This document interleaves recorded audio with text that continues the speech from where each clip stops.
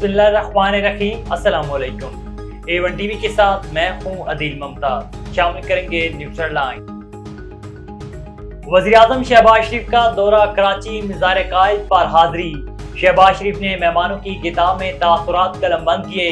वज़ीर-ए-आज़म की तुलबा के हमरा भी मज़ार कायद पर फातिह खानी।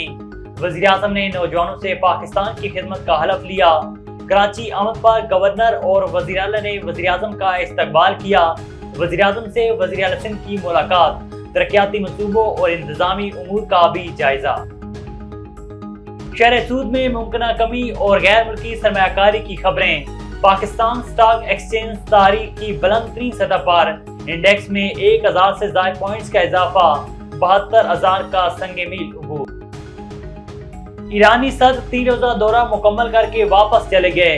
गवर्नर और वज़ीर आला सिंध ने मुआज़्ज़िज़ मेहमान को रुखसत किया। ईरानी सदर ने पाकिस्तान में मसरूफ दिन गुजारे।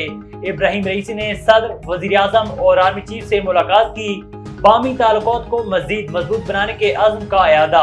ईरानी सदर ने मज़ार इकबाल और मज़ार कायद पर हाजिरी दी। मुआज़्ज़िज़ मेहमान को डॉक्टरेट की एजाज़ी डिग्री दी गई। ईरान से मुआहिदों पर पाबंदियां लग सकती हैं। अमेरिका की तेहरान से ताल्लुकात बढ़ाने वालों को वार्निंग। पाकिस्तान अपनी खारजा पॉलिसी के मुताबिक ईरान से मामला देख सकता है। और जहर दिए जाने का इल्जाम बुशरा बीबी का एक्सेल लैब से मुआयना कराने का हुक्म। इस्लामाबाद हाई कोर्ट ने हुकूमत से पीर तक रिपोर्ट मांग ली। हुक्म पर अमल दरामद न होने पर अदालत का इज़हार बरहमी। एडवोकेट जनरल के खिलाफ तौहीन अदालत की कार्रवाई का इंदिया।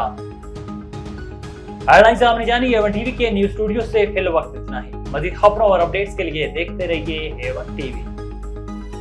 A1 टीवी, सब पे नजर, अंदर की खबर।